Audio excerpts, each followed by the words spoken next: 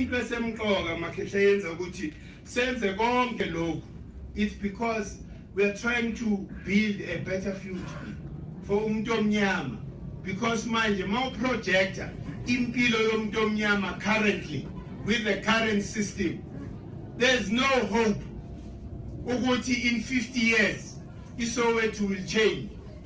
If ihluleke ukushintsha how many years, 20 something years, and iSoweto ngashintsha nje in just less than 5 years. If you were to come in here as a leader and conscientize abantu ukuthi abantu mele bazazi, that is the first step.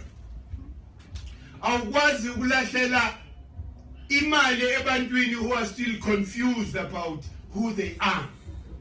Yile nto yenza ukuthi uma sithola umhlaba wethu siwuthengise back ebalungwini, ngoba asikahluzeki la emakhaya.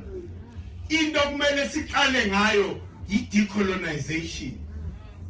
Mele ngizazi qala, I must love myself and know myself, because without that self-knowledge, yiyo lento ezoyenza ukuthi wenze izinto ongamelanga uzenze, because you are still ignorant of yourself.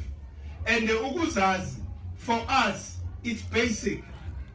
Zazi ukuthi uzalwe nini, what energy do you embody, eyiphi le energy le, what resonance is there with that energy with yourself. Ngoba mele uzibuze ukuthi okay, characteristic yale energy ile, mina am I behaving in that way? Khona umunye umuntu nje umbhekile kuthi hayi no uyabona lo said why ndoda izenzo zayo masibuya la check i-calendar kunjalo vele. Omunye ukuthi hayi uhetheru le, she's full of love or he's full of love lo muntu lo.